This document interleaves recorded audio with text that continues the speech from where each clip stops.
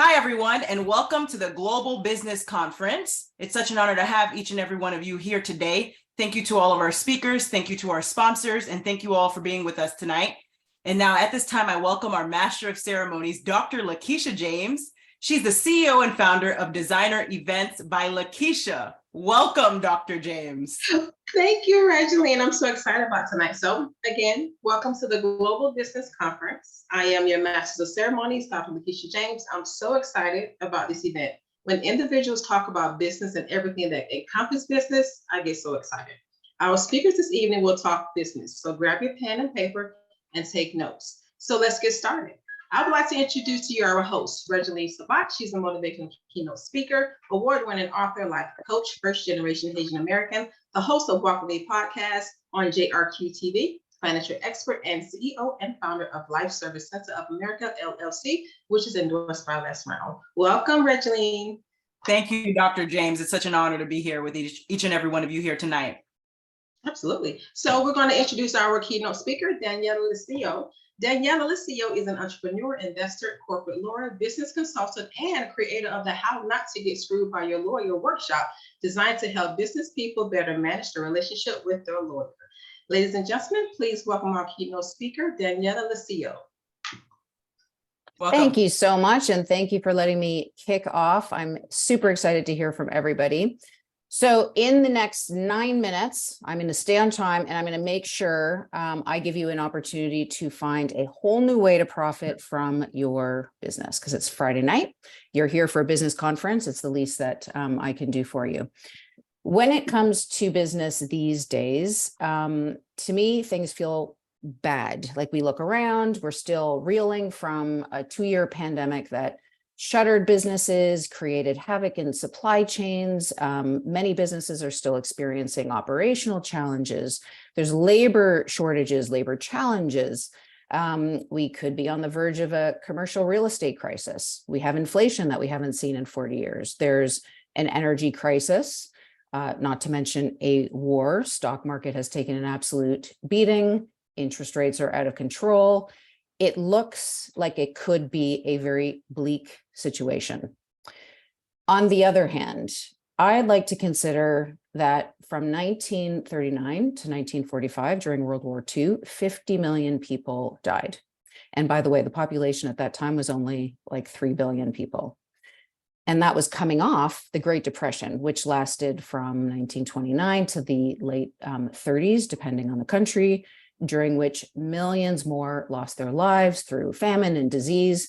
Okay, now we're not here to be somber and for any kind of like history lesson, but there's something that's really important from this and that I like to really reflect on.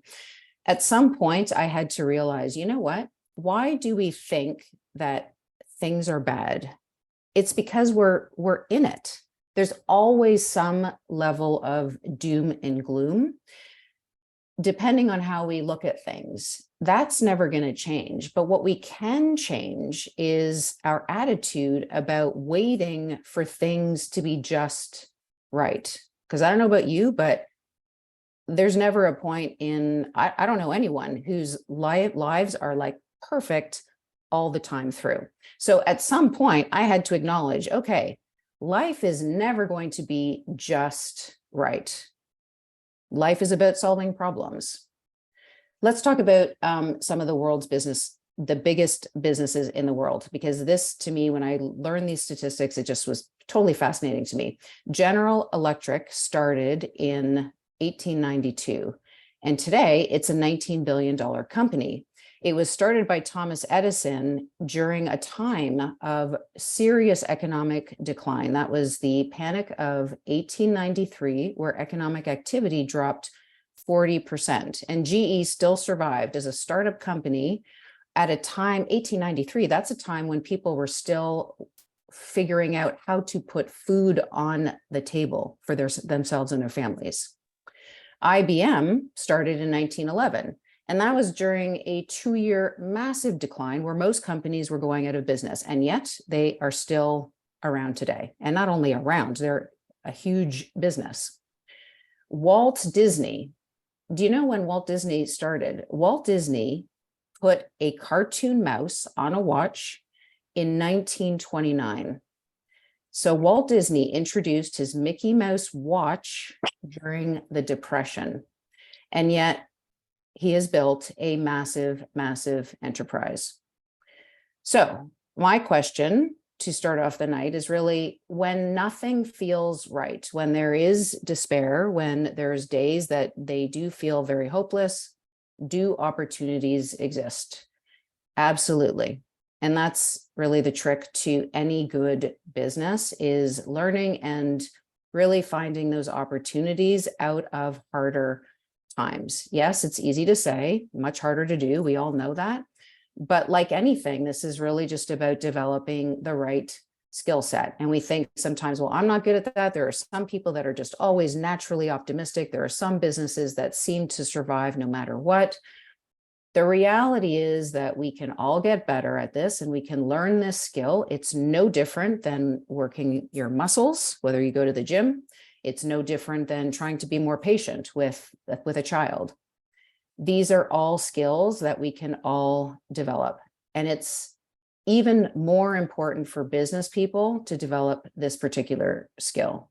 Business has never been just about the money. It has never been that. It's not now. I'm not really sure why it got so popular to criticize the line that, business is not just about the money. It's never been about the money. Business is what ultimately solves every single challenge that humans face, whether poverty or disease, doesn't matter, and everything in between. It is private enterprise that really comes up with the solutions. And the way I like to, sometimes, people will look at me funny when I say that, and I say, okay, consider who is going to come up with a cure for cancer. Is it going to be the CDC, or is it going to be a private business? And really, that's kind of a rhetorical question. So yes, all businesses, no matter how small, because even Google and Amazon had to start in a garage, every single business has a huge responsibility to make this world a better place in whatever way you serve your customers and clients. So that means we have to do a better job at finding opportunities all the time, whether in good times or bad. And it just so happens that bad times often hand us better opportunities, because it is human nature that most of us react negatively. It's business people that kind of have to sort of step up a little bit more and remove themselves from the doom and gloom, because there are always beautiful things in life, no matter what else is going on. So while everyone else is sort of managing the doom and gloom, you are looking for opportunities. I wish we had all night to talk about exactly how we do that. There's tactics, there's strategies, but since I'm going to give you a little strategy instead, because ultimately it's going to take you applying different tactics depending on your business, depending on your skill set, depending on your personality. But really, it just comes down to starting with a very specific strategy. And here it is. It's very simple. First, decide you're going to find the opportunity in times of hardship. And people hate when like sometimes I get it. You don't like hearing something very simple. But you can think, okay, is it going to take me years and years and years to change something? Maybe, I don't know. Or you can say, how about if I make a decision to change something more quickly? This one is not complicated. Make a decision to find those opportunities in the heart of darkness, and it'll happen much, much quicker than you think. Second, see the opportunities in front of you by not imagining, but really thinking about what your customers in front of you really need. What has changed for them in these more difficult times that you can then serve them better? When you think about it that way, in the context of them instead of you, you may find your creativity coming out a lot more vehemently, because now it is about them. It's not about you. It is about somebody else. It is about the people that you are here to serve. Third, instead of letting, sort of like the fear or getting caught up in sort of that doom and gloom type of talk, and all of the things that could go wrong, I like to sort of say, okay, how can we be like Elon Musk? This is a perfect day, actually. Yesterday, he set off, the Starship rocket. He knew that there was a good chance that that was going to blow up, literally blow up, and it did. Did he delay that day further to get to this next stage of space exploration? No, he went forward anyway, because with each iteration, you get a new data set, essentially, that lets you move further even more.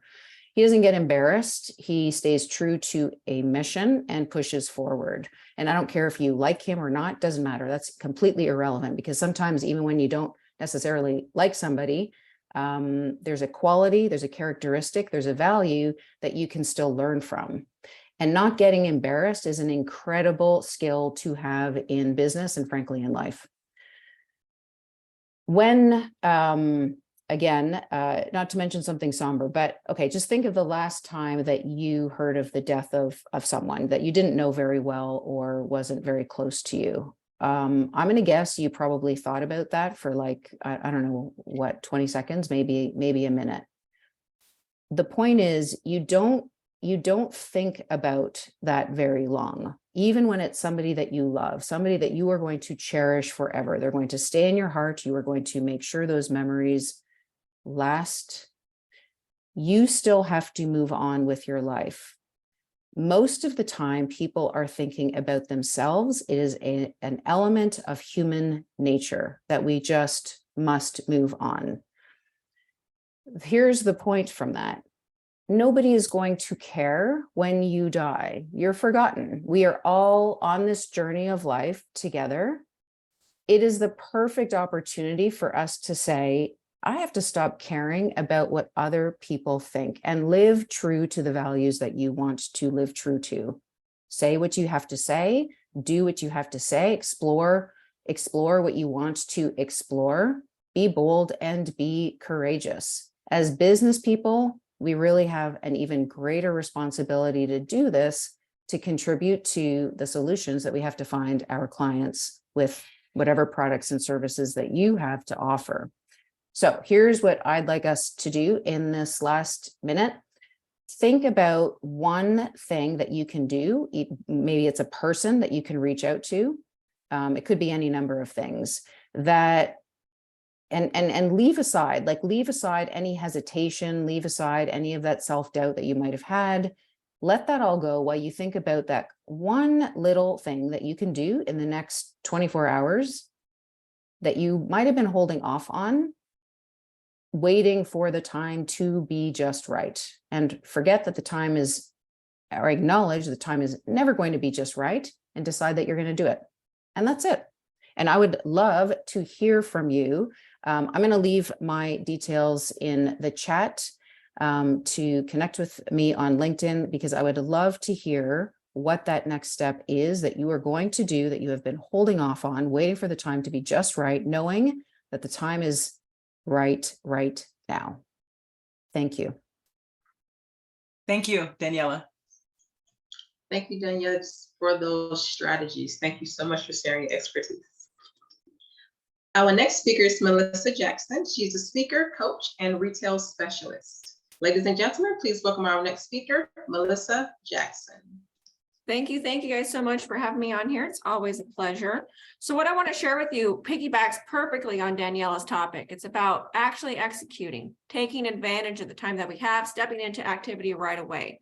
So what I've done is I've done a lot of research, and I looked at, 2008. If you look at 2008, when everyone was going through a lot of crisis, you look at some people that made massive careers. So if we just look at that on a speaker and a business avenue, Gary Vaynerchuk really blew up and started his thing in 2008. Grant Cardone really stepped into, like, if you follow Grant Cardone's story, and he's a mega billionaire right now, if you follow his story, he came to the verge of losing every single thing in 2008. And then he built a massive empire from that. Same exact thing for Eric Thomas. What is the difference between the people that fail during a retraction or a recession versus the people that excel? In my mind, when I look at these people and I study them, and I work with a lot of Fortune 500 companies, and I work with a lot of really top retailers, and I compare them to people that are just starting up, or people that are attracting, or people that are closing up their businesses, or people that are not accomplishing their dreams, there's one major factor, and that is time management. What are you doing with the time that you have? Are you executing deliberately to move yourself forward, to step into the opportunity of the marketplace while the marketplace is retracting? And the people that know how to do that are going to be the ones that are going to make it through this recession and this challenge that we're going through, because technically we have had massive quarters of negative GDP. So regardless to what you may hear, we are technically in a recession, and we have been for some time. How do you make something great out of it? You control your time. One other statistic before I give you a step-by-step on how to do that I want you guys to realize is this. The human brain statistically can only perceive 1% of reality. I'm going to say that again to make sure you guys get it. The human brain can only perceive 1% of reality. That means you can only really see what's happening 1% of what's taking place in the marketplace, in your business, in your family, in your household, and all of those things. So what are you focusing your time on? What are you focusing your thoughts on? So many people will sit there and say, I don't have enough time. There's no time left in the day. I don't know how many of you guys have actually taken the time to do the mathematical equations of how many hours are technically in a week, but there's 168 hours in a week. Now, I work with a lot of entrepreneurs and a lot of business owners. They work 40, 30, sometimes 35. Sometimes they like to say they work 50, but a lot of that, if they actually look at their cell phone reports, see how much time they're spending on social media, is just them scrolling through TikTok. Let's be honest with it.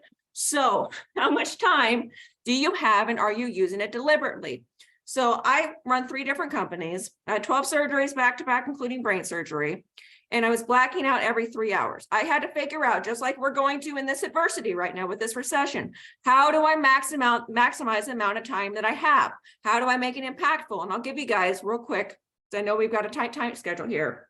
One tool that I used that changed everything for me. Okay. And that was a weekly review process. You don't need to wait until the end of this week to do this. You literally could do this day to day. And here are the steps. I'll lay them out for you. They're on my free ebook, as well as the last habit on there. But here's what you do. I go through and I start writing down every single thing that I need to do. Every single thing. It's just like a massive brain dump. Maybe I'm picking up the house while I do it. Maybe I'm sending some emails while I do it. Maybe I'm at the gym while I do it. I keep a notebook with me, right? And I start writing things down. Why do I do that? Because a lot of times we think we remember everything we need to do, and then we're like, oh crap, I forgot I need to go to the dentist. Oh man, I'm out of gas. I need to do that. We start remembering as we're taking actions, things that we need to do. After I do that, I go this, I do this. This is very important if you're a business owner, or if you're just wanting to be the owner of your life. What happens if I don't do it? If it doesn't need to get done right away and no crisis happens if you don't do it, then drop it off the list. Question number 2. Do I need to be the person that does it? If you don't, delegate it to somebody else. Can it be done in less than 1 minute? Do it right then and there. If it cannot be done in less than 1 minute, then schedule it. Here's what that creates for you guys. That creates activation energy. You start stepping into action when you start doing those things that can be done within less than a minute. You start scheduling things to make sure that you're getting the things done. You stop sitting there with all of this crap in your head that's holding you back. Time management is not sitting there with just a planner. Time management is creating time. Time management is utilizing time to create your dreams. Time management is sitting there and understanding how many hours you have and managing the activities that go into those hours to make sure that you make the biggest impact possible. There's only 2 choices when the market hits you. You can either become a victim or you become a victor. And a lot of that comes down to your actions, not what you want, but what you create in the actions that you take. So that's a tool I wanted to leave with you guys. If you want some more insight on the weekly review process, feel free to hit me up. It's M. Jackson Inspire on every social media platform. Thank you, Melissa. Thank you. Yeah, Melissa, I like that time management. It took me a minute to get that under my belt. because everything that I do, I have to write it down, and as I complete it, I mark it off. Absolutely. I love that. Thank you so much for sharing. Our next speaker is Kay Rubesek. I hope I pronounced your name correctly. She is an award-winning film producer, director, author, musician, television host, and outspoken freedom advocate. She has produced hundreds of hours of nonfiction productions since 1998, many of which have won national and international acclaim and resale success. Her latest feature movie, Finding Courage, has won awards throughout the US, as well as Sound of the World, receiving not only many Best Documentary Awards, but also Best Picture and Best Documentary Director. As a producer and director, Kay understands both the creative and business aspects of production that anyone can apply to succeed in their own business and in the industry. Ladies and gentlemen, please welcome our next speaker, Kay Rubesek.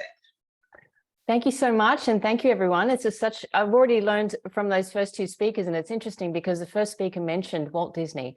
And I'm going to talk about what we can learn from the film industry and why the film industry, not only is it super influential, it's highly risky. And as a film director and a producer, you are making a new business basically every year or two. You are running a new business. You're starting it from scratch. You are getting funding, you're getting staff, you're getting technology, you're doing marketing and distribution. So this industry has honed everything to a T, just like as that example with Walt Disney and his Mickey Mouse watch. They really know how to do things. So I'm going to teach one vital lesson that I've learned from the film industry that I think all business owners, business leaders need to keep top of mind. And I've had to do that. I'm a small business owner myself, but I've also worked with business executives from all different industries, helping them produce their movies and their videos, books, and even video games. So what is it? You know, we know business is wonderful. It's confusing. It can be absolutely difficult. It can be so stressful, and it can be so rewarding. But how do we get through challenges? There are just so many challenges. And a lot of the challenges that we go through as business owners are really also just the same challenges that we go through as human beings. A lot of them have to do with communication management. So the previous speaker was talking about time management, absolutely vital for how we manage our own time. But how do you get through the challenges of dealing with everybody else and everything else, all of your stakeholders, all of your customers, everyone that you have to deal with, from suppliers to distributors to marketers, everyone you have to deal with. So the biggest lesson from the film industry is vision. You are your own director, basically. When you run your own business, you are your own director. So in the film industry, I've been a producer for more than 20 years, but when I started directing, I had to learn very quickly, the hard way, that I was told, you know, I tried, you're making decisions all the time as a business owner, and as a film director, you're making decisions all the time. And I learned so fast that everyone will give you feedback and opinion, and you want to accommodate, you want to listen to all of these things. But when it comes down to it, at the end of the day, you're the one responsible. And everyone will look back to you and say, but you're the director. And I learned really quickly, because someone said, oh, we'll do it this way because it'd be better, this and that. And I thought, well, this person really knows what they're talking about. And I've given them a responsible position. And it didn't work out so well. My vision was to do it one way. They said we should execute another way. I went against my vision to execute for someone else. And then when it came down to it at the end of the day, they said, but you're the director. And okay, so their advice was wrong, but I took it. I'm responsible. In the film industry, if a movie goes well, everyone gets the credit. If a movie goes bad, the director is to blame, always. In the business, it's the same when you think about it. And we really can simplify things a lot. When you have a vision from the beginning, you can use that to really get through any challenges and make decisions, because you're making decisions every day, micro decisions, macro decisions, all different at all different levels. You're talking to people all the time in different ways. So my advice from the film industry is that you are responsible for knowing what your vision is. That's critical. Everyone talks about needing to know your goals and everything. It's the same sort of thing. Your vision, you need to have at the top of your mind every day, but you have to communicate your vision to everyone constantly and regularly. And this is a real great trick from the film industry that helps you. I know it's helped me to keep the vision top of mind, because you are constantly having to get everyone on board with your vision. And it simplifies everything. How does the film industry make a new business from scratch basically every year? They have a clear vision, they stick to it, and they follow it through to the end. It doesn't mean that the vision can't change. Of course, you may need to adjust, but you need to be conscious when you change that vision, because you're changing that whole thread that ties everything together from beginning until end.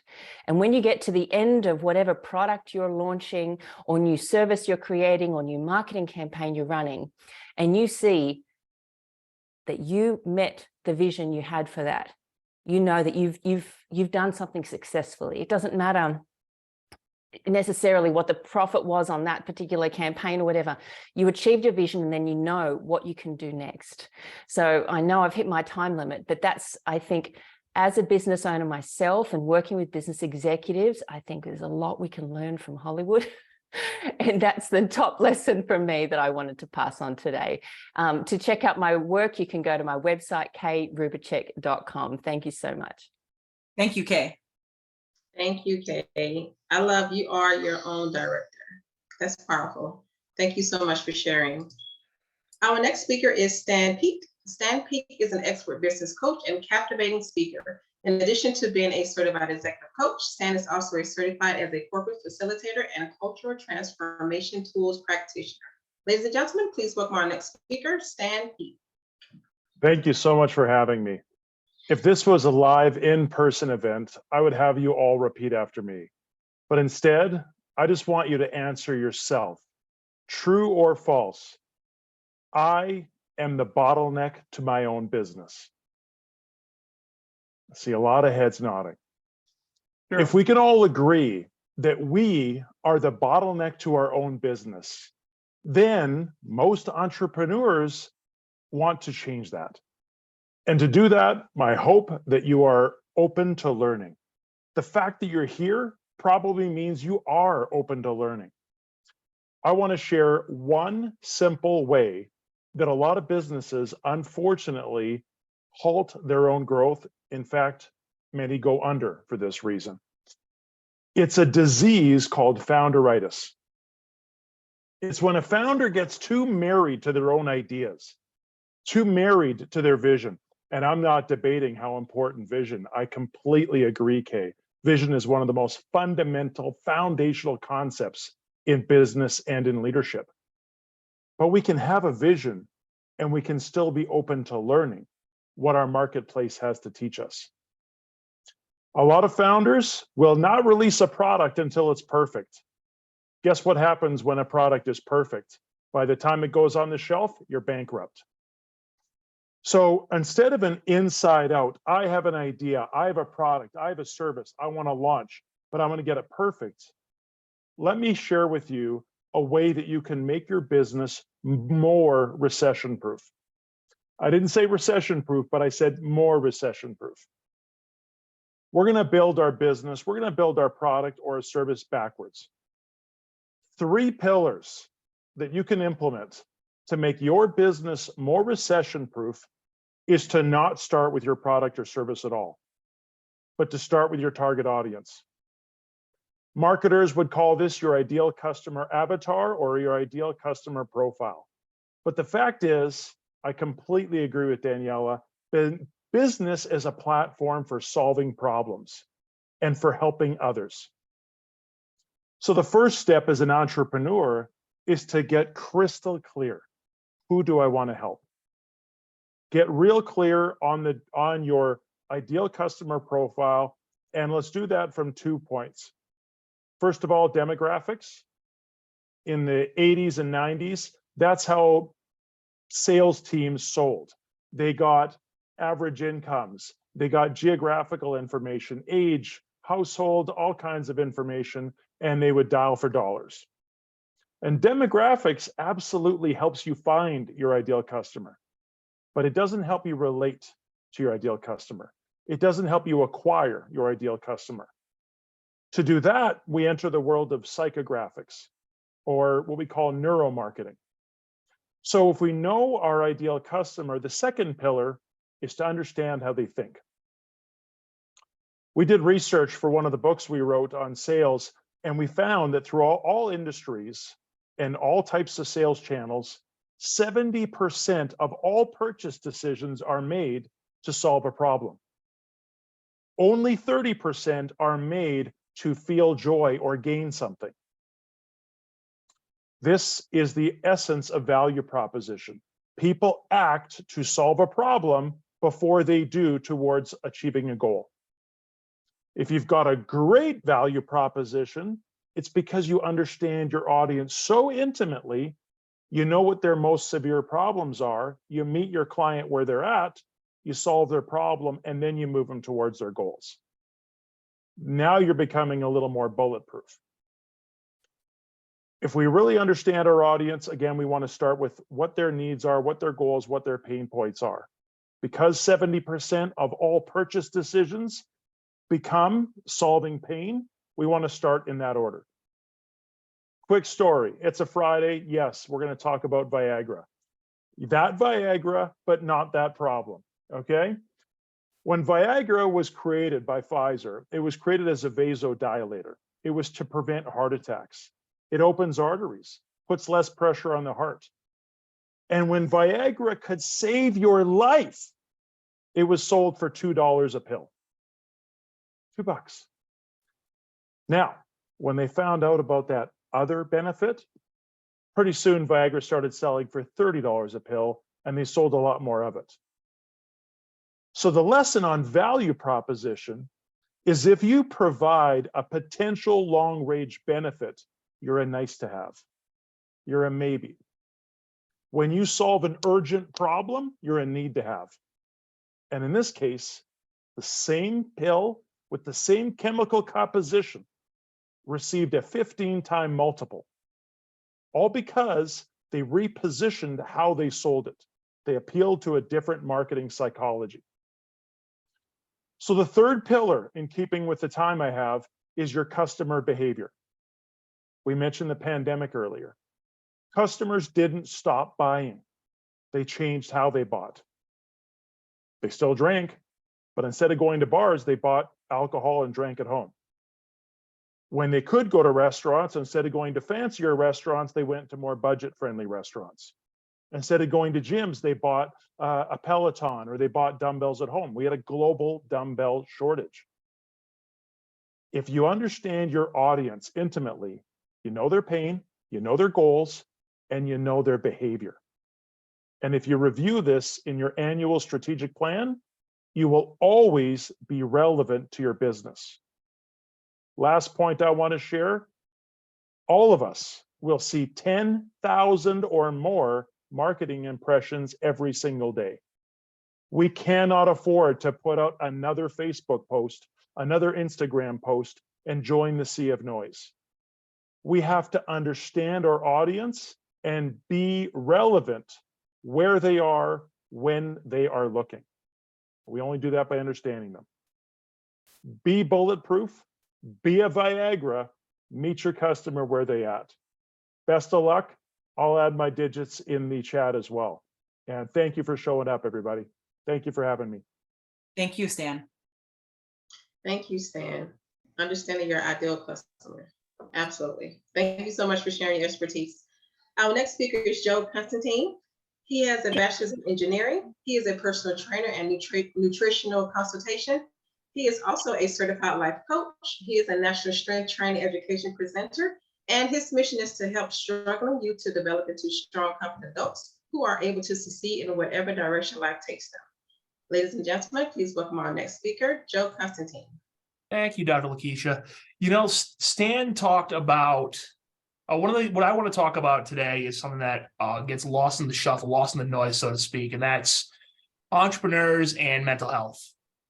And one of the things Stan talked about was understanding your customers, understanding your target market. And in a lot of cases, people get so good at understanding all that stuff, they lose track of understanding themselves. And you get a lot of people in the entrepreneurial world who feel lonely, who lose track of their family, lose track of their friends. They get so stuck in the hustle and bustle of every day. Got to work. I've got this amazing solution to this problem, and I want to get it out to the world. And they lose track of taking care of themselves. And one of the big pieces I see in so many families that I work with, because a lot of the kids I work with, mom and or dad, are entrepreneurs. And I hear them talking about the struggles that they go through when, their kids are having a hard time with things. And let's face it, kids are having a hard time in the world today, but the parents also see that. And then you've got mom and dad trying to, provide the best living they can for their family. And in so many cases, we see people who they're so nose to the grindstone that they stop taking care of themselves. They stop taking care of their family. We hear so many stories. I mean, entrepreneurs are amongst the highest in the world in divorce rate. Why is that? Because they lose track of the other person. They get so caught up in my work is my identity. And if I'm not producing, what happens? We fall into a depression. Things aren't going the way I want to. We fall into a depression, and there's so many times, and I've seen this myself, and for me and for my wife, where we both have our own entrepreneurial directions that we take. And when I'm really struggling with productivity, and my business is slow at times, and it really affects me in that way. When she's struggling with things and can't have the ideas go in the direction she wants, she falls into those down patterns. And one of the big things that we've really striven to improve for ourselves in those times is our self-care. Is making sure that you're doing the things you need to come in as the best person. Because here's the thing, we all have our businesses that we run, that we work for, that we are coming up with ideas for, including, the ultimate business for all of us is our families.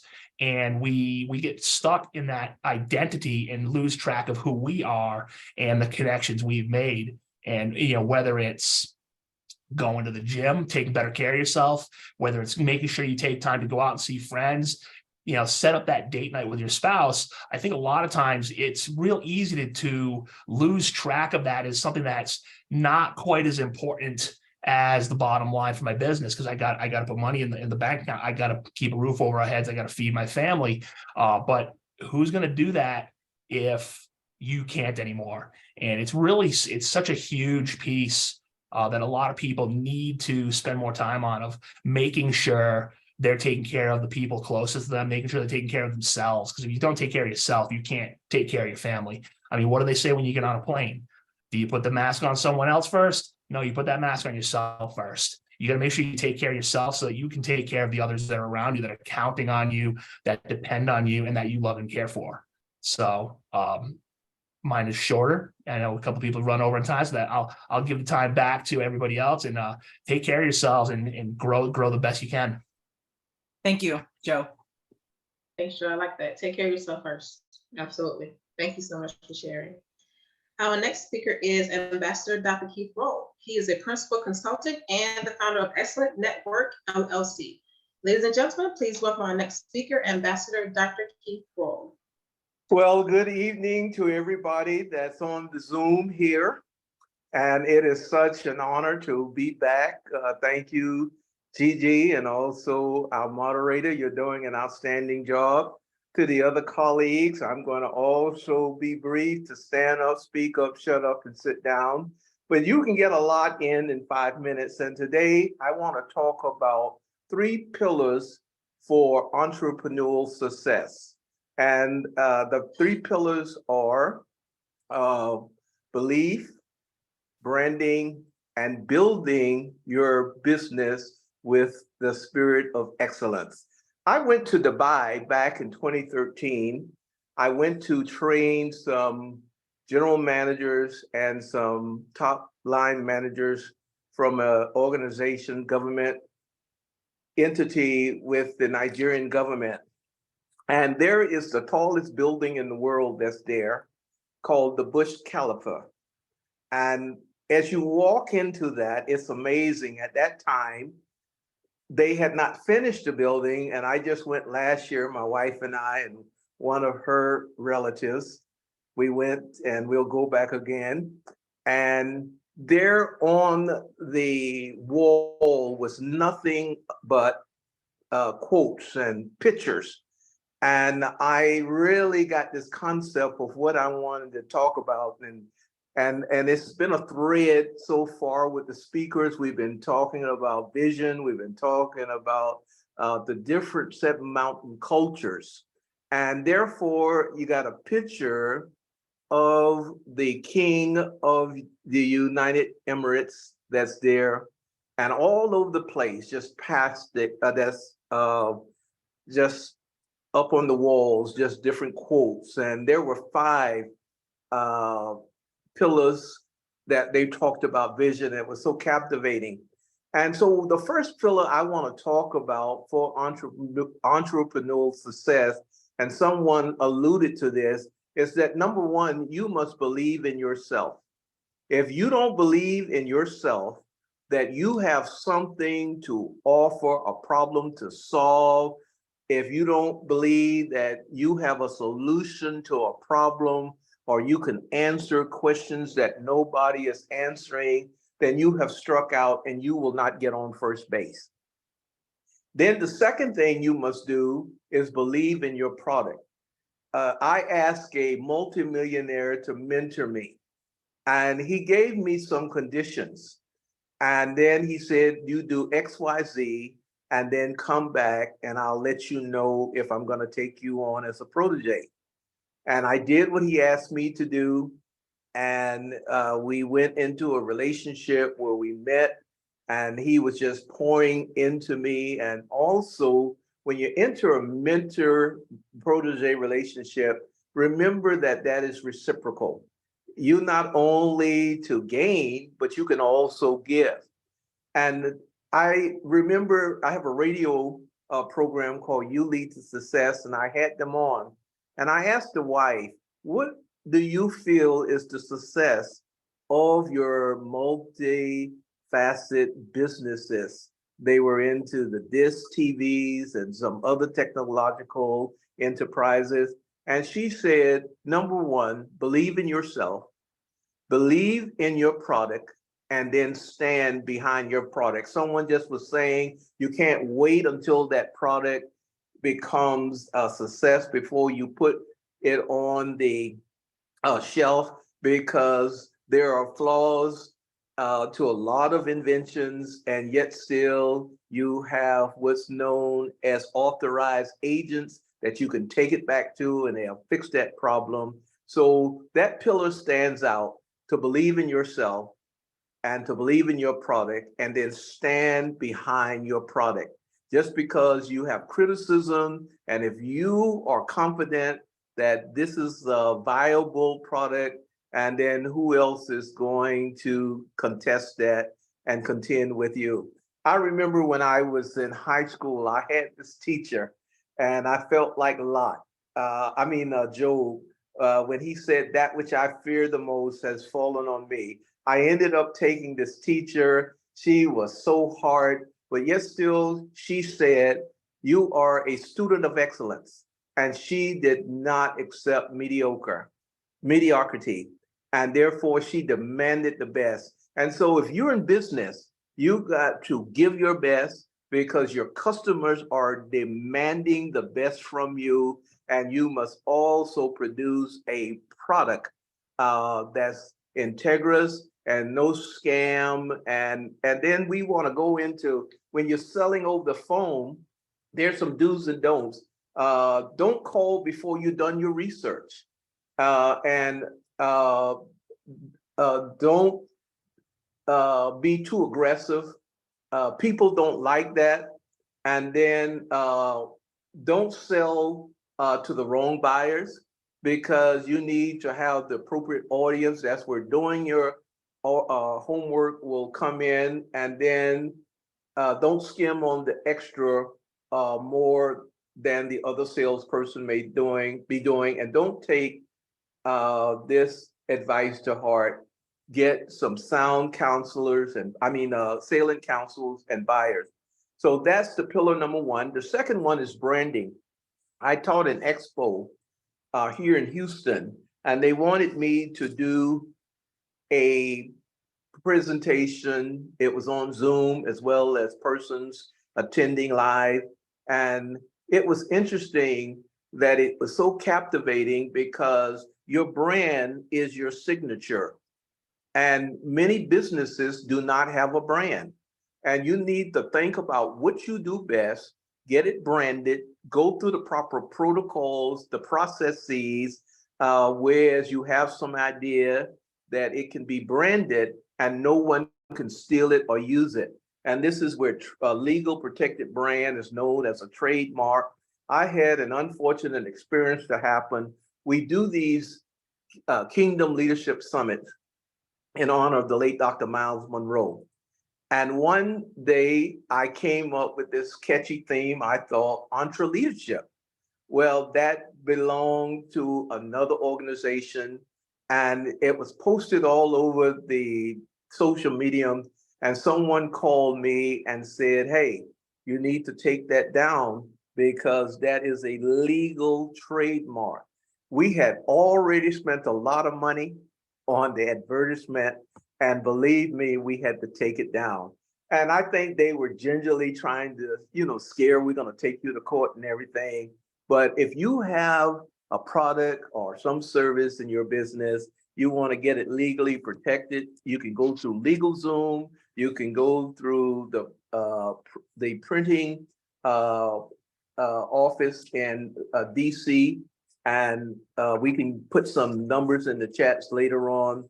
But that was a very expensive lesson that I learned. So you want to brand your product and believe in your product and know that you have the best product and service that you can offer. There are some legally trademarks. I even went to see if we can maybe use this Kingdom Global Leadership Summit that we honor the late Dr. Miles Monroe with, and it could be quite expensive. And sometimes you have to weigh the cost to see if it's worth it. So I talked about the first pillar being believe in yourself, believe in your product. Second is brand and your trademarks. Make sure you get that. And lastly is build your business success. And so many times we do not do things in a spirit of excellence. And especially if we are Christian, we should do things with excellence. Excellence, according to Vince Lombardi, and he was one of the winningest coaches in the NFL, the quality of a person's life is in direct proportion to their commitment to excellence, regardless of their chosen field of endeavor. So think about that. Build your business. Use the social medium. If you have ebooks, I heard somebody talked about that. I'm going to get with someone that's going to do ebooks on motivation, emotional intelligence, as well as critical and creative thinking. And they're going to have graphics there. And therefore, that's your business card when you have an ebook. So to wind this down, I just right at maybe 5 minutes, I just want to give a quote from Mark Cuban. He says, the only constant of business is change. And you got to always see that your business is going to go through that cycle of change. And if you don't change with the times and the demands of your customers, you're going to be left behind. And then also, Robert Kiyosaki, he said, the richest people in the world look for and they build networks. Everyone else, they have to go to work. So build networks, use every opportunity you get. This is a great networking forum. I have been on platforms where I've networked and people have invited me to come. So be your best self. Who else is qualified? And if you do these three things, you will be assured to be a success. And success comes from seeing life as an ever as an unending process of trying, learning, and growing. You cannot achieve success without you, and we'll see you at the top. Thank you, Dr. Keith. Thank you, Dr. Keith. Belief, branding, and building your business with excellence. I love that. You speakers are amazing. You guys been dropping some nuggets. So whomever's watching, I hope you guys are taking valid notes. These speakers are hot. And we have some more speakers bringing some more nuggets as well. So our next speaker is Clarissa Constantine. Clarissa is the only child who had a tough relationship with her mom. During college at the University of Hartford, she began what would turn to a decade-long career as a test prep coach. She's helped thousands of kids around the world to navigate the college and grad school admission processes. Along the way, she joked that sometimes she finds herself playing the role of the therapist more than a tutor, helping kids manage the stress of life. But no matter how many young adults she's helped, she's longed for a closer, more intimate relationship with her own mother. Unfortunately, that didn't come to pass. Her mother passed in November 2019. She's driven to help other families avoid the heartache, the lost years, and the regret she and most likely her mom too experienced. This includes working directly with families to find the resources they need, as well as coaching business owners who work with teens, tweens, and families. Ladies and gentlemen, please welcome our next speaker, Clarissa Constantine. Thank you. And thank you so much, Gigi, for the invitation. I have, and Dr. James, I've been feverishly writing notes myself. I agree. Everyone here is lit. I've literally got like pages of notes. So I'm going to kind of go back and reference. I want to actually start with two of my all-time favorite books. Some of you may recognize this one. Well, camera's not cooperating, but it's Oh, the Places You'll Go by Dr. Seuss. You've got brains in your head, you've got feet in your shoes, you can guide yourself any direction you choose. So as Kay was saying, you're the director. But the other one that I want to reference is by Dr. Carol Dweck, PhD, and it's mindset. And her underpinning philosophy is that there is a distinction between a growth mindset and a fixed mindset. A fixed mindset tells us, I can't grow, I can't learn, I'm where I'm at, end of story. And so many of us, I think, who've grown up in an American education system, yes, I'm about to throw shade on the world that I come from, is we're so focused on grades, GPAs, class rankings. Can I get into the best college? Can I, what's the brand name school that I can get into? Or how many letters can I have after my name? It's all about perform, perform, perform. We don't learn to make mistakes. It's not okay to make mistakes. Well, guess what, friends? Think about the version of Windows or Apple, Mac OS, iOS, Facebook, Instagram. Think about any technology that you have. Does it still exist in the same format in which it was originally launched? No. So here's the deal. If Zuckerberg and Gary Vee and all these other folks that we've been hearing about, if they can update, why do we hold ourselves to this expectation that it has to be perfect before I launch? Because it doesn't, and it ain't gonna be. Because if that were the case, we would be falling into a fixed mindset. So I invite you to consider that really, truly, Nike has it right. Just do it. Things are gonna change. Things are gonna update. It's easier to make adjustments once you're already going. So I decided to host my own version of a summit in January for the first time ever. I did it. It was all right. I could do it better, and I know that now. But the fact of the matter is, Ambassador Roll was talking about, aim to have an approach of excellence. And I'm not saying that I disagree with that, but I do want to establish that there's a difference between excellence and perfect. For those of us, and I speak as one of those who was awfully close to the top of my class when I graduated, if it wasn't perfect, it wasn't good enough. My freshman year of high school, I was first in my class. By the time I graduated, I had dropped all the way to 7th. And the response I got from my mom was, well, 7th's good, but why weren't you first? I'm sorry, I was 7th in my class, right? I was top 5% of my class, and it still wasn't good enough. Is it any wonder that I came into entrepreneurship thinking I had to have it perfect? Well, this roundtable that I ran in January, it went well. good information, great speakers, but it didn't get to a ton of people. It was what I would now classify as probably like C+ work. For the perfectionist, straight A student, holy cow, C+ work. But I had to get to a point that C+ was good because it was a starting point. The next event I'm running, I'm aiming for B-. I'm not aiming to go from C+ to A. I'm aiming to go from C+ to B-. Can I make a little bit of incremental change? And so I think that goes back to what Stan was talking about earlier about founderitis. I am the founder of the company. I'm thrilled that my husband is my partner in it, but I'm the founder. And I have to be careful of going like, but that's not what I want. But that's not the vision that I had. Joe's a really smart dude. I'm really thrilled to have him on my team. He comes up with really good ideas. I have to be willing to adjust. So I've got to do something. I have to review, how did it happen?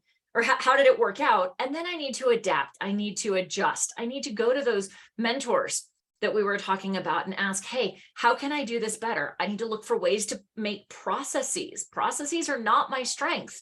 Let me go to somebody else for whom it is a strength and go, how can I make this better? Thank God for virtual assistants is all I'm going to say, because that's where they shine. It's not where I shine. But as you're taking those insights from other folks and you're reviewing and you're adjusting and you're incorporating other ideas, I like what Kay was saying about like, you're still responsible for the decisions that you make. Make sure that those decisions are still in alignment with where you want to go. So there's lots of trial and error. Be okay with C+ or B- work being where you, like that's your marker for excellence now when you're trying something new. When it's time to take the next step and you've done and you've reviewed and you're adjusting, aim for just a little bit better and then a little bit better and then a little bit better. Because the reality is that what you view as maybe C+ or B- work is stellar to the person to whom it doesn't come naturally. And if you can take your level of like good enough to go out and help people and you can practice and you can adjust, you can still make immeasurable impact on the people you're trying to serve. Just freaking start, would you please? There are people whose lives may depend upon what you're trying to offer, what you want to offer. Like Daniela was saying, yeah, we want to make money, but we're here to make change. And even your C+ or B- work can make a world of difference. So just go do it. And I'm acknowledging Nike. I'm not taking their statement so they can't come sue me. Back to you, Dr. James. Thank you, Clarissa. Thank you, Chris. I'm so with you on that. Just do it. Just go ahead and do it. I love it. Thank you so much for sharing. Thank you so much.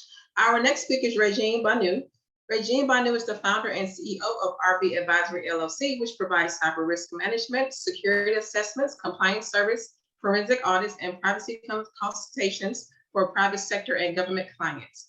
In 2016, Ms. Banu founded RB Advisory after years of working in the risk management and compliance industries. Ladies and gentlemen, please welcome our next speaker, Regine Banu. Hello, everyone. Are you able to hear me? Sorry. Yes, ma'am. Of course, I would have to have the technology issue, right? So thank you very much. And it's a pleasure and honor to speak, as you know, with what I do. And as we're sitting here talking, I am taking notes. It's been a very insightful. But the other thing too, as we're looking at taking that jump, making that next move, looking at the steps, putting together our business plan, we also need to understand what's around our business, right? All the risks that is affecting our business as we jump into that to become more resilient. So what we're going to talk about today and focus is what is cybersecurity to you, which is part of your business, and also to what is why is it important, and also there's some steps as everyone is providing for you to start looking and thinking as you're putting the greater scheme of things in place, which is building that legacy, building that change, building that impact and that passion that you're going to bring forward for long term, not a short term.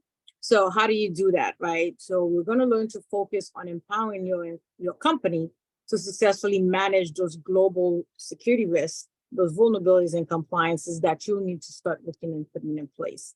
And why is that important, right? So it is a resiliency as we're speaking and talking about to continuing that great work, that great initiative that you're looking to do.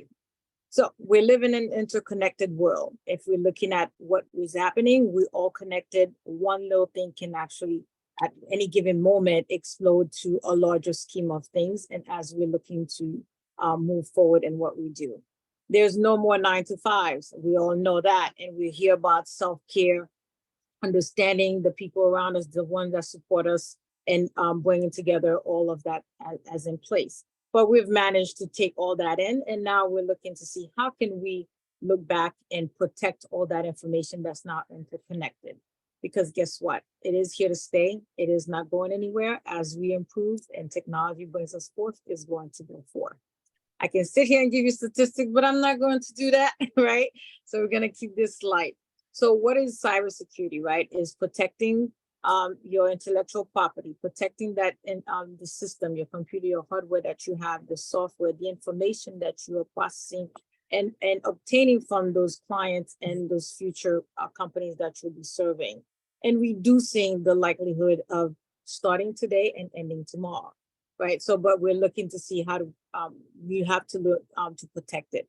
And you have to embrace it. It's part of your business plan, part of your financial plan, part of your marketing plan, part of your branding plan, because it's attached to all of that.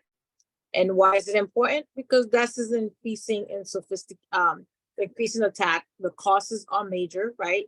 They're not, there's no more, I'm too small to fail. We have to start thinking and putting that in place. And it is a business, and also you're running into a compliance. So again, what are the top 3 things that we should start looking at to really start paying attention as we're putting together these companies, as we're looking to do that jump, right? And making that, building, believing in ourselves, building that brand and executing excellence. And that is a really a big encompass on everything that you do. I will say number 1 is, as we're looking at developing and completing inventory of all what we have, who we are, who we're serving, what are we here to bring to the market, and how we're going to bring it to the market in the most efficient and safe way, and also helping our companies and our clients as well. Take inventory of the applications that you're going to be using. We call them software platforms, cloud. Understanding where your staff that you're going to be hiring, who they are, and what are they going to be serving, and what how are you going to allow them to be able to have access to your business, and also to the vendors, right? And then you also look to start, and everything that we're seeing and hearing today, we don't know it all, but guess what? As we look to get insights from experts that are able to help us and continue to bring us forth and help us continue to protect this legacy that we're building, this job that is so scary, but we're doing it, but now understanding all the facets that we need to put into it. And educate yourself. It is not something that's going away. It is not as massive. It is massive, but it is not something to be fearful of. And we hear about all that, right? Fear does not get us anywhere. We need to start learning to embrace what we need to know so that we can really protect what we're looking to do and moving in the next direction. So educate yourself, educate your employees, your staff, and everyone that you're looking to bring into the fold. So as we're looking and moving forward and seeing exactly how we're going to get that jump start, add that as part of the processes that you're looking to put in your business. And also, as you're looking to grow and run your business, it requires you to know your assets, right? Know your business to the core, know your current risk posture, know your resource constraint, and the direction that you're going and what is coming. And what is coming is being alert and being vigilant and understanding all of that and as you move forward. So this is what I have for you today. Hopefully I didn't take a long time, right? But this is important. And while you're building your foundation, you're learning to expand your visibility across all realms. And then now you could act with confidence as you step forward and say yes to anything that you're willing to do. And I will put my contact info in there if you need to reach me. Thank you, Regina. I absolutely agree. It's very important to be vigilant. So thank you for sharing that. Thank you. Absolutely. Thank you so much for sharing. Our next speaker is Angelica Yulsberger. Angelica is a multi-talented entrepreneur coming out of Baltimore, Maryland. Not only is she a fashion designer, model, artist, and actress, she also works as a business consultant, carpenter, and coach. Ladies and gentlemen, please welcome our next speaker, Angelica Yulsberger.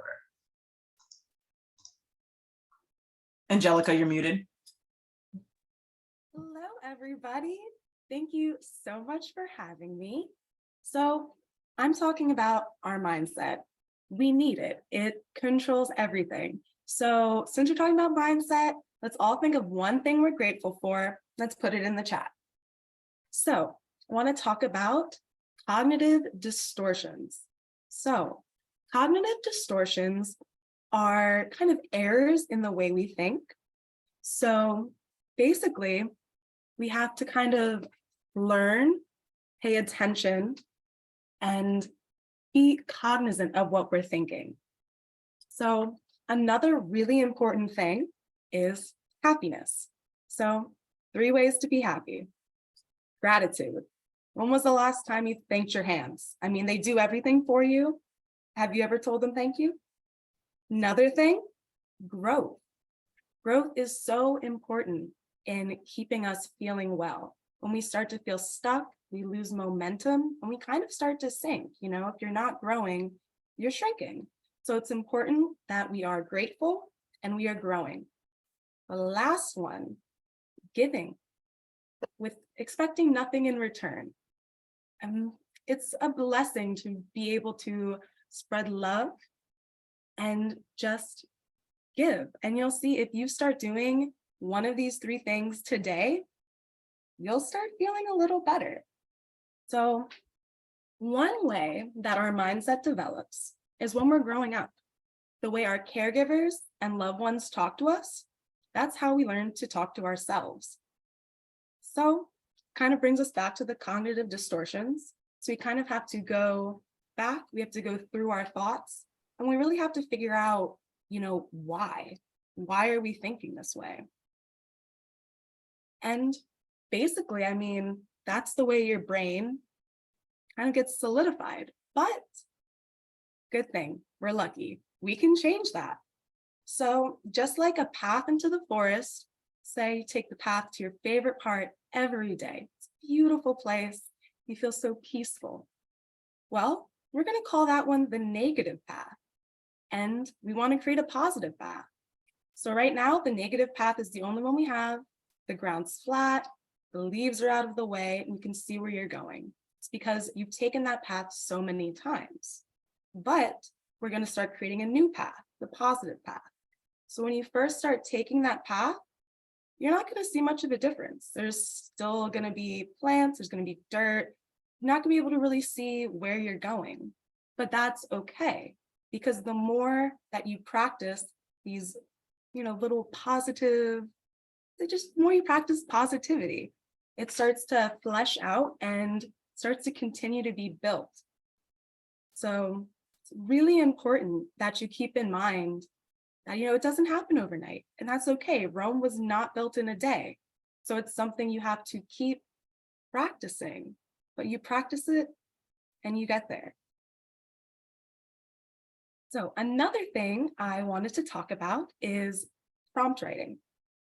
I'm sure you guys have all heard of ChatGPT, very big right now. So we just want to go over a few things. So what is it? I mean, you know, it knows so much. How? It's scraped most of the data off of the internet up to 2021. So you can ask it basically anything, which is great for business. It allows us to take some shortcuts, makes it easier for us. So, you know, a lot of you guys post on social media. It's where a lot of people find you. Did you know you can ask ChatGPT for some ideas? Not only that, you can ask ChatGPT for a business plan. I've used ChatGPT to write a 20-page business plan. It's crazy, but to get a good answer, you have to be able to write a good prompt. So just a few things. You want to kind of have ChatGPT put on a role. You don't just want to say, write me a business plan.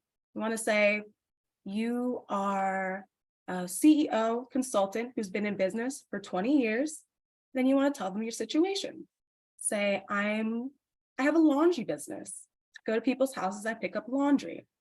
And then also let it know what you don't want. So what do you not want with that? Maybe you already have your mission statement. So you can say, give me an entire business plan minus the business statement. And even better, if it's not clear enough, you can ask it to go deeper. So usually it'll give you a summary. And then what I like to do is kind of go through the summary, take each chunk and ask it to elaborate. So I think I'm coming to the end of my time. So I will be putting in the chat a number that you guys can get a hold of me for. So I have a ChatGPT writing class. And if anyone wants some information on just how to be happier, text in. Thank you, Angelica. And if folks want to join your writing class and learn more about the ChatGPT, how can they do so? Yes, so they can text the number 833-202-2030. You can type happy if you want a little worksheet for happiness, and ChatGPT if you'd like to come to the workshop. And I'd love to have you. Feel free to reach out and connect with me. I'm here to help. Thank you, Angelica. I like that. If you're not growing, you're shrinking. I love it. I love it. Our next speaker is Mike Crandall. He is a 21-year Air Force veteran with over 30 years of information technology, cybersecurity expertise. Mike is a graduate of West Governors University with a BS in information technology, security, as well as an MBA of information technology management. Ladies and gentlemen, please welcome our next speaker, Michael Crandall. Hi, thanks for the intro. So I have been a cybersecurity person for over 30 years. I started during the first Gulf War, actually getting to break into adversary systems. So I got to learn on the fly and have grown much over those years.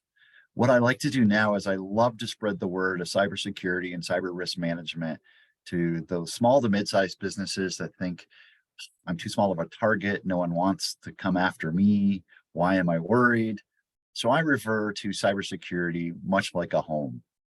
If your doors and windows are open and you're inviting a cybersecurity expert in to see how secure you are, they will happily take your money to stand in your living room and go, yeah, your house was pretty wide open. So what we like to do is, how can we take those small, simple steps that anyone can do to help you secure your things? For your home, it's shutting the door, it's locking the door. Possibly, you might want to put up a camera if you have the budget for it, or your risk tolerance is so low, the nice little Ring cameras. Other people sit inside with their baseball bat, and that's how they're going to secure their homes.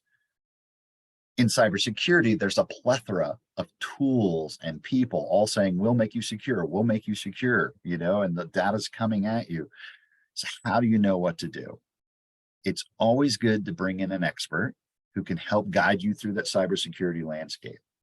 But in the meantime, here are some tips and tricks that you can follow to help yourself in the day-to-day small business world and even your home networks. How many people use the Wi-Fi that came with their internet service provider? Or do you change the name? I personally changed my name to NSA Collection, hoping that the neighbors would think that the NSA van is just down the street and they don't want to connect to that Wi-Fi. But one thing you can do is turn it off completely. You can shut off the broadcast of the SSID, which is the signal that says what your name is. So when you go to connect, like we normally connect in with our password, we would have to connect in with our known SSID and then the password. It's another layer of protecting your Wi-Fi so that those around us don't see. But if you have to, your local police department is a good name. And like I said, I use NSA Collection, FBI van, something like that to kind of lure people away from you. Another good hint is, what software are you using on your device to look for malware? There are tons of systems out there. And my personal recommendation is a software product called Malwarebytes. There's a free version and a very low cost version, but it is step one in protecting your system. It looks for any kind of malicious software that may be downloaded. Number 3, educating your users, including ourselves. How many people get that little kitten video? Like, I love kittens. I have to click on the kittens. They're so pretty. Well, you've probably been hit with a phishing email and now someone's trying to break into your computer. So if you're willing to talk about that with your employees, with your family, and just say, we have to be wary. Don't click on it just because it's cute. Know where it comes from. And then, even if it comes from mom, grandmom, your Aunt Betty, that doesn't mean it's safe, because they could have been breached as well, right? So we have to take the steps and confirm, hey mom, did you send me the beautiful kitten picture? Where did you get it from? Did you take the video? Confirm. Be free to talk about cybersecurity. With that and your emails, never click the links. Go to the website source.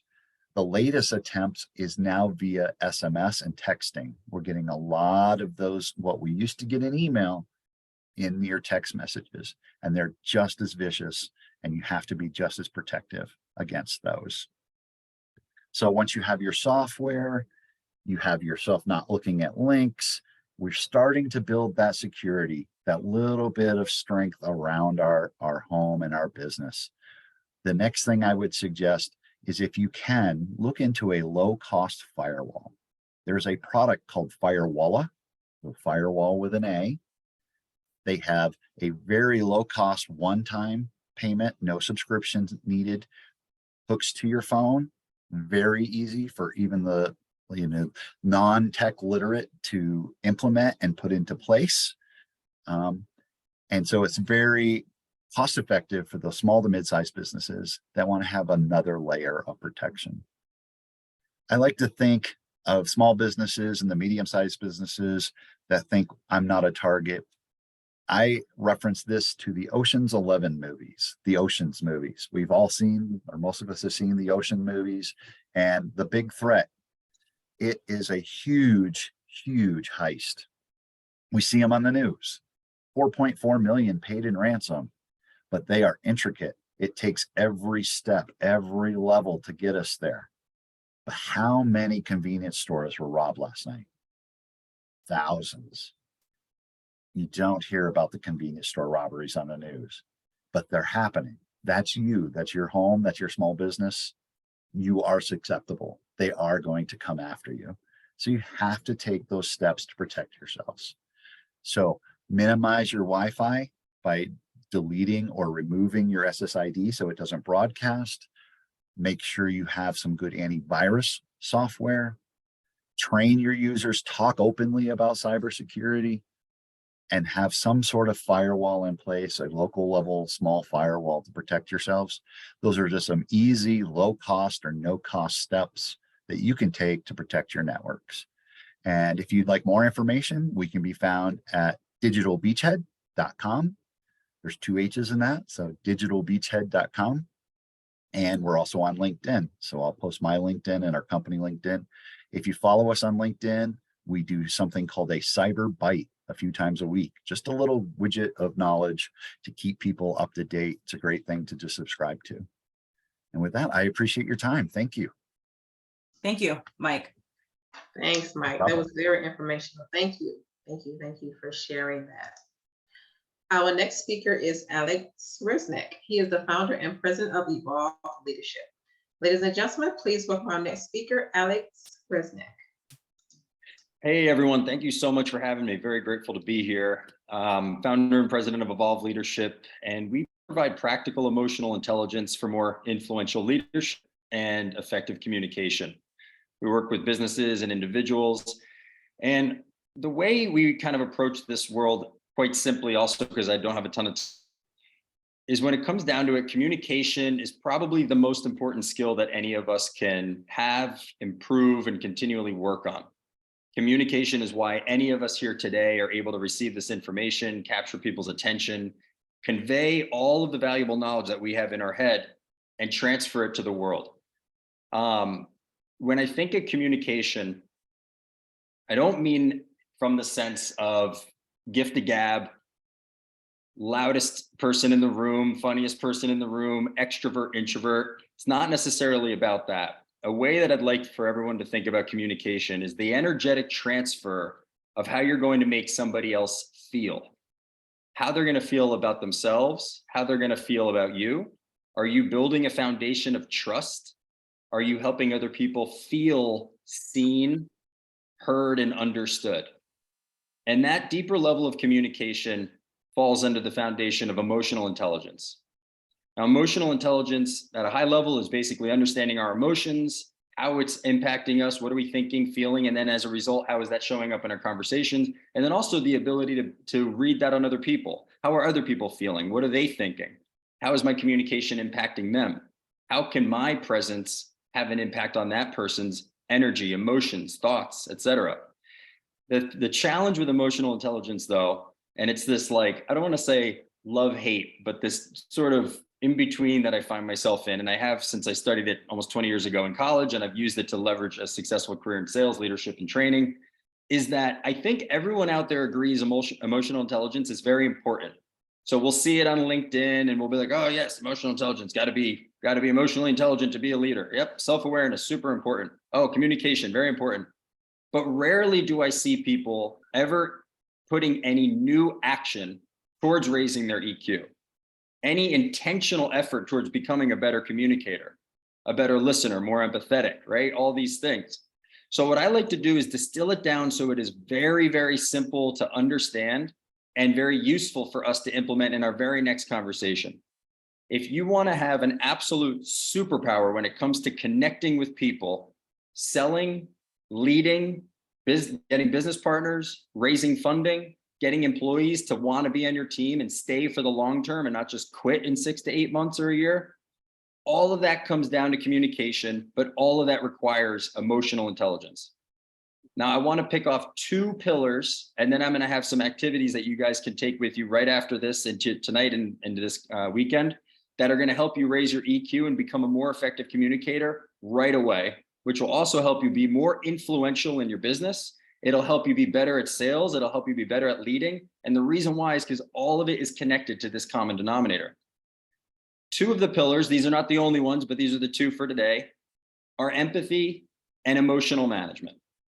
And when we think of empathy, just quite simply think about it as your ability to just get where the other person is coming from. We don't need to overcomplicate it. Just understand their world. You also don't need to agree. But the ability for you to be empathetic and understanding with a curious mind for other people, I promise you, also because we don't have enough time to train on this, that is your portal into trust. And if you want to get people to do things, buy, follow your lead, etc., they need to trust you and they need to feel, not just hear words, they need to feel that you actually care about their best interest. If they don't feel that, there's always going to be like, I don't know, let me talk to my partner and I'll get back to you on that deal there. And that's a closed lost, right? Or like, oh yeah, this company seems interesting. I don't know, I'm interviewing around. I'll get back to you. I'll let you know. They're not feeling the trust and the confidence in you yet, if that's where they're at in their communication. But it is not enough to just be empathetic. We must convey empathy. We must show it in our behavior. And the way that we do that, at least at Evolve, what we train on is through empathetic listening.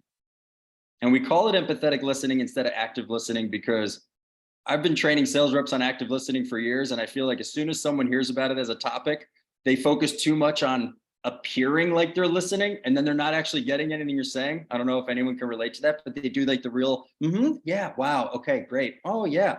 And you're like, this person's not listening at all. They're just trying to act like they're listening. So with empathetic listening, what we want to think about is it is more about a mindset and an energy. You want to transfer the energy of warmth, calm, and presence. Give people your undivided attention when they speak, even if it's just for 30 seconds. 30 seconds, 5 seconds in an interaction, 45 seconds here. It doesn't have to be this giant thing, especially in the workplace interactions. But giving someone your undivided attention for a minute or so is far more valuable for building the connection and actually having good communication take place than a 5 or 10 minute meeting where someone's like, oh yeah, yep, totally. Looking at their phone, or if they're on Zoom, they're clicking around, right? We can feel when people are not really paying attention, and it doesn't feel so good. So you want to take responsibility for the way that you show up in your communication. Be the leader in your communication with helping other people feel heard, seen, and understood first. And you do this through empathetic listening. So your mindset is present, your energy is calm and warm, and pretend like, and this is the first challenge, pretend like the only thing you have to do is just get where that person is coming from. You don't need to prepare what you're going to say next. If you catch your mind wander and start to think about something else, just bring it back. If you start to look for your phone, just put your phone back down. We live in an extremely distracted world. Nobody is getting the connection that everyone deep down is yearning for. This is in the workplace. This is also in our personal relationships. And so tonight, with a spouse, business partner, kids, friends, remember this conversation. If you start to pull your phone out while someone's talking, put it away. If you're at the dinner table, don't even have it out. When you're with people next week in business meetings, around the workplace, client interactions, remember this empathetic exercise and say to yourself, I am going to give this person my undivided attention, and I am going to try to completely understand where they are coming from. Just that alone will open doors to more connection, building the trust, being more influential as a leader. And honestly, you're just a more enjoyable person to be around than the person who's distracted, who's never really paying full attention to you. It just doesn't feel so good versus the person who gives you their undivided attention.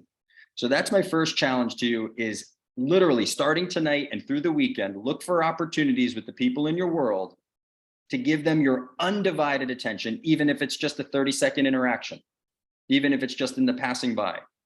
You know, and sometimes I think about when I play with my nephew, he's 8 years old, and he wants to show me all of his games and all of his stuff. And I can be quick to pull my phone out because I know I can kind of get away with it. And I say, you know what? This is one of those moments where I can actually connect with him instead of be distracted. And then he gets distracted, Alex, versus present, amazing uncle. All of that is available in our listening. So that's the first thing, empathetic listening. The second piece, and then I'll start to wrap it up here, is emotional management. Your ability to stay calm, cool, and collected when you hear or see or experience things that otherwise trigger you.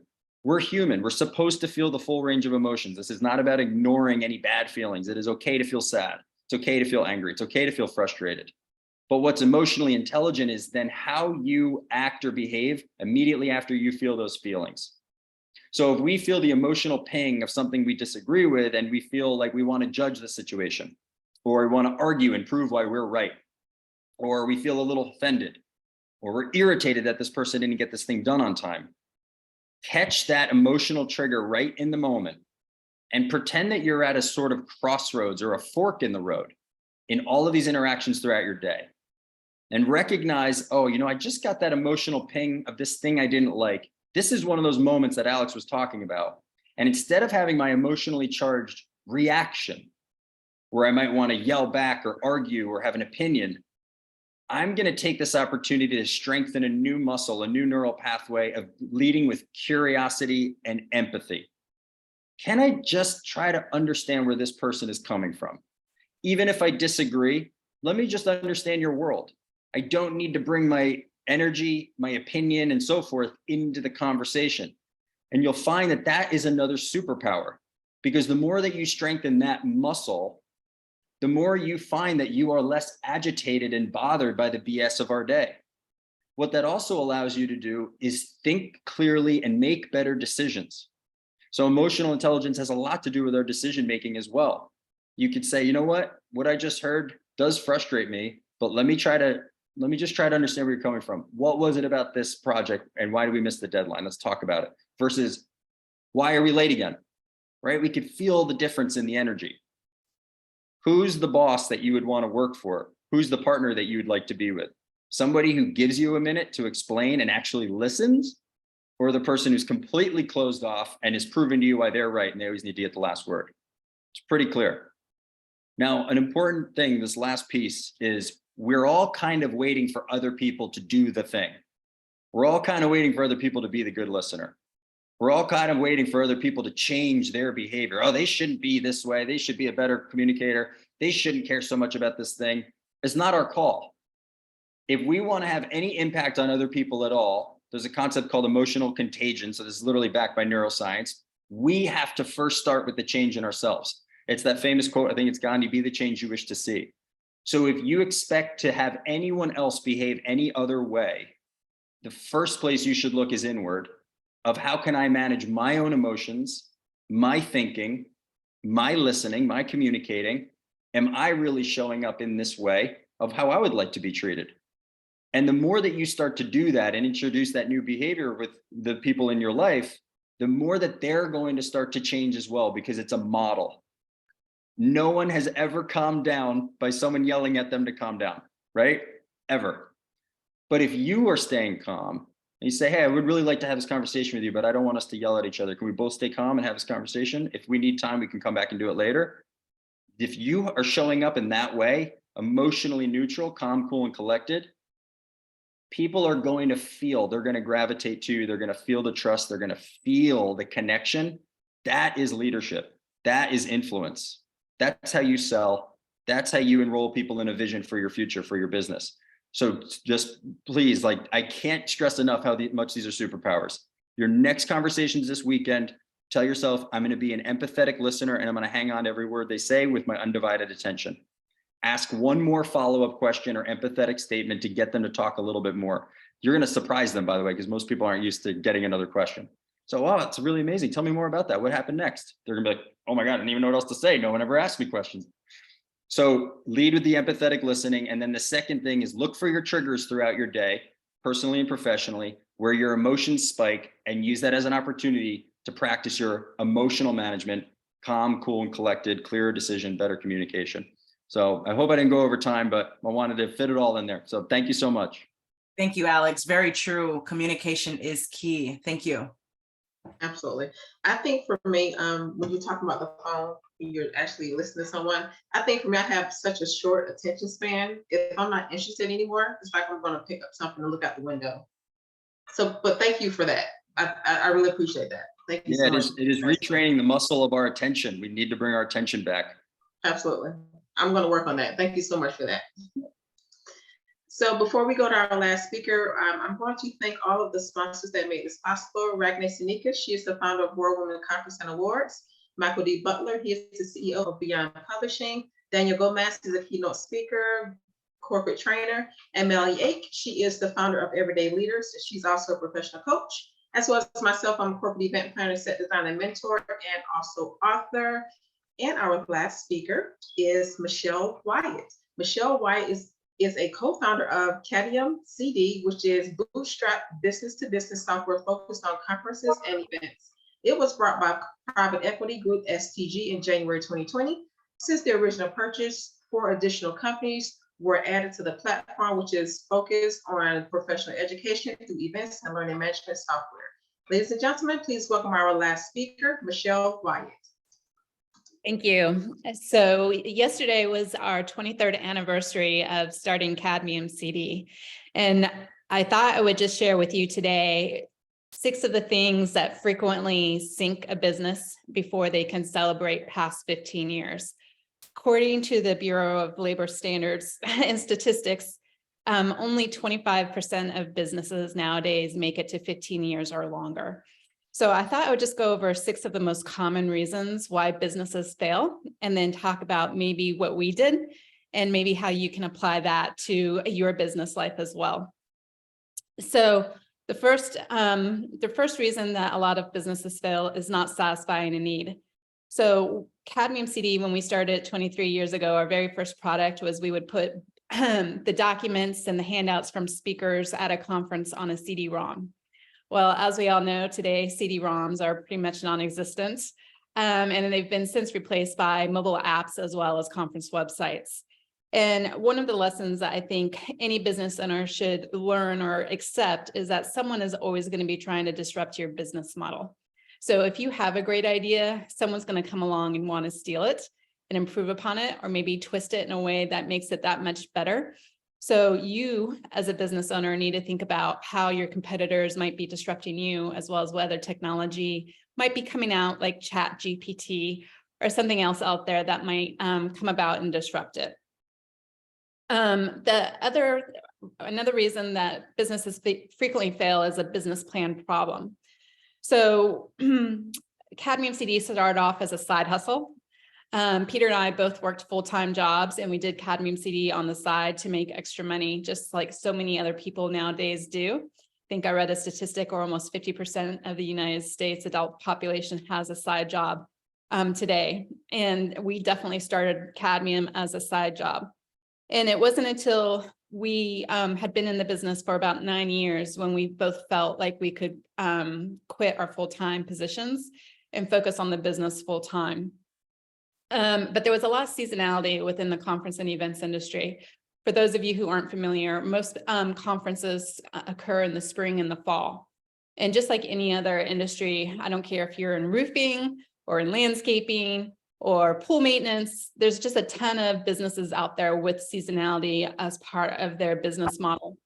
One of the things that I would suggest that you could do to improve your business is to expand your product line and adding additional services that can work hand in hand with your core business to hopefully eliminate some of that seasonality and make sure the cash continues to flow into your business, because we all know cash is king and queen.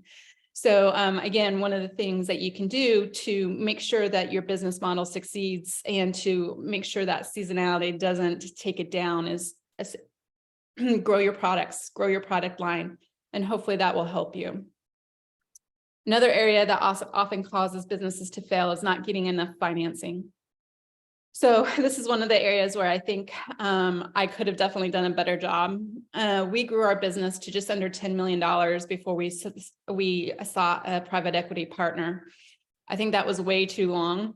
And to be honest, if we'd had some more seed money in the beginning, as well as a partner that maybe could have helped propel our growth a little bit, it causes me some lack of sleep to think about where the company could be today. Because once you have that additional income coming in to help you and you're no longer worrying about the day-to-day stress of getting the cash to come through the door, and you have some investors and you have some additional brains thinking about how to grow your business, it helps tremendously. So as soon as you have a business model where you can show that it's profitable, sustainable, and growing, I would really encourage you to start seeking out an investment partner if you can find one that shares your vision. Another reason why businesses frequently sink is a bad location, internet presence, and marketing.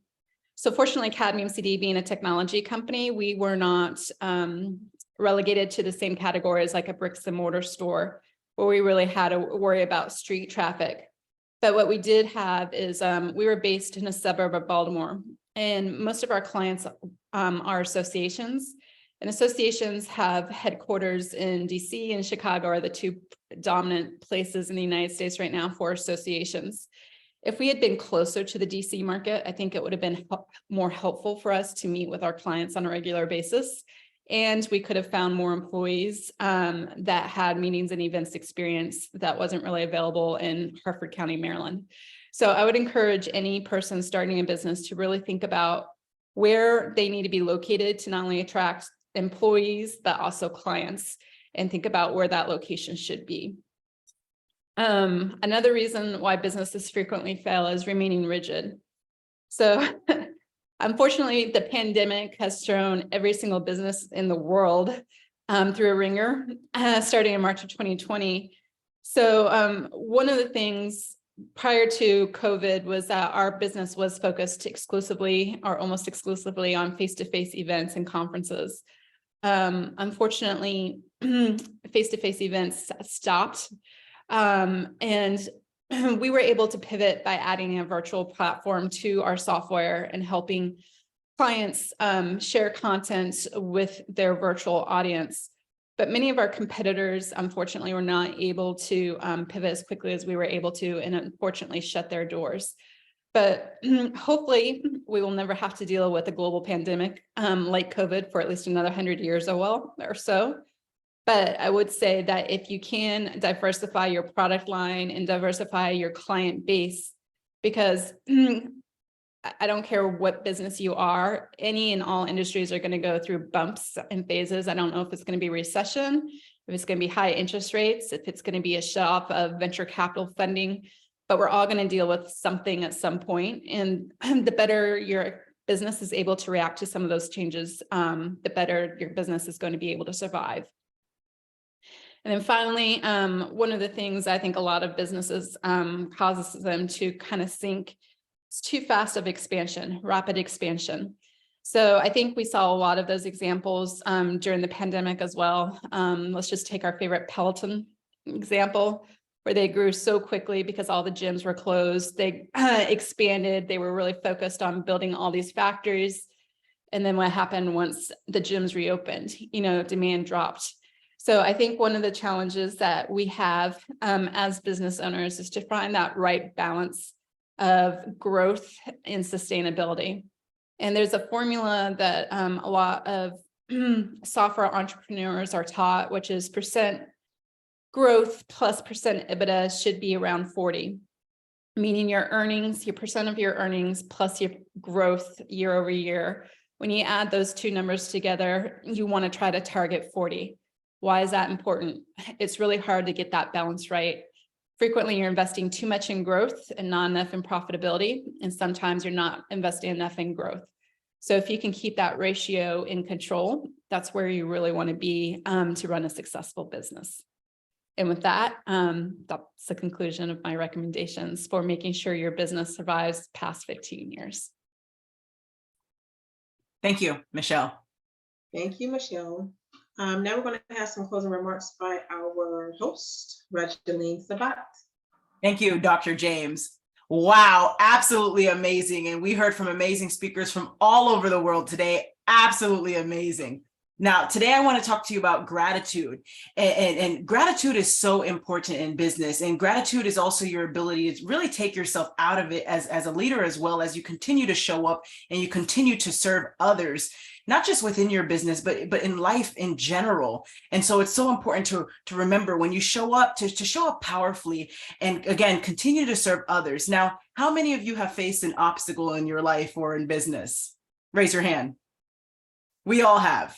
We all have. We have all been there. Now, if you're listening to this message today and you are looking to launch a company or a business, or you're just starting out, or you've been in business for a few years and you're on the edge right now and you're thinking about giving up, I encourage you to hold on and don't give up. Keep going no matter what.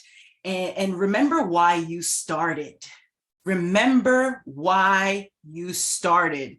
And I'll say it again, remember why you started and continue to serve. Do not give up. You will face obstacles. As everyone in this room here tonight just raised their hand, including myself, we have faced our obstacles and challenges in business as business owners ourselves as well. And it's not to say, okay, because you face one challenge that you won't face another one. No. That is not foreseeable. You may not be aware that what's going to happen next. But here's the thing, if it does happen again, don't give up. And remember that you got through the first time, and keep the faith. Keep the faith. And also too, oftentimes I chat with folks and they say, well, how can you run a business and how can you show up in the times that you're uncomfortable? Here's the thing, be comfortable being uncomfortable. And I'll say it again, be comfortable being uncomfortable. And I'll say it again, be comfortable being uncomfortable. And again, remember, it's not about you. It's about the people that you serve, and continue to show up and serve others. Thank you. Absolutely. Ditto, Gigi. And ditto to everyone that was on the platform. Thank you guys so much for sharing expertise. Me, I'm a business owner. And for me, I think when I first started my business, you hear those naysayers. If you allow for those naysayers to feed into that negative energy, you'll start actually adopting that. So if you're listening to this segment today, this platform, so many amazing speakers that shared their expertise, shared how they got to where they are and how to maintain their business. Don't listen to those naysayers. You can do everything that you were created to do, because God did not make a mistake when he created you. If you're here to impact. If you're here to speak. If you're here to start a business. If you're here to just be a housewife, be the best housewife you can. But again, be the best that you can be, because again, God did not create you to be nothing. You are an exceptional being. So continue to be great at whatever you set your mind to do. Now we're going to close tonight with a prayer. I'm going to pray for Eric's family. You know, I think that Reginald had put in the chat that he did pass. So we're going to definitely pray for him and his family tonight. And then we're going to, of course, pray for the speakers here on this platform. So. Dr. James, as we're on the topic of Eric, what many of the individuals who are not aware, if you're listening to this message today, and I know some of you are joining us online as well, Eric was one of the speakers for tonight's event, the Global Business Conference. And Catalina, if you're listening to this message today, thank you for letting us know. And unfortunately, Eric is no longer with us. And now I had recently spoken with Eric prior to this conference as well. And he was super excited to show up here tonight and share his message. And one of the last things that him and I spoke about was emotional intelligence. And, you know, Alex spoke about that tonight. And I know he was really looking forward to covering that as well.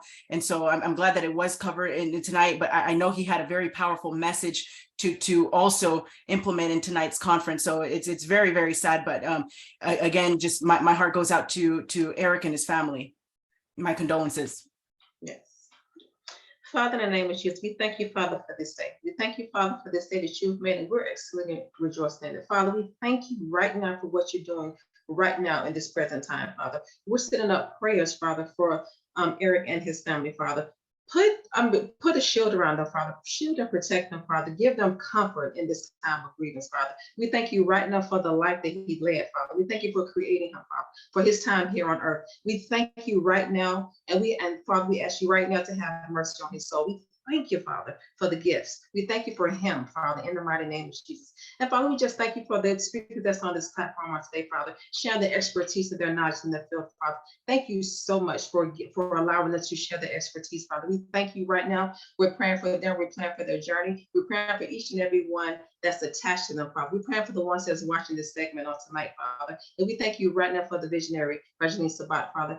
Continue to feed in her and download in her, as well as download in all of us, Father, our next step, our next thought, Father, our next knowledge, what you want us to present to the world and the impact that you want us to make. We thank you right now, Father, for this day that you've made. We give you all the honor, the praise, and the glory. In Jesus' name, amen. Amen. Thank you all. God bless you and be safe.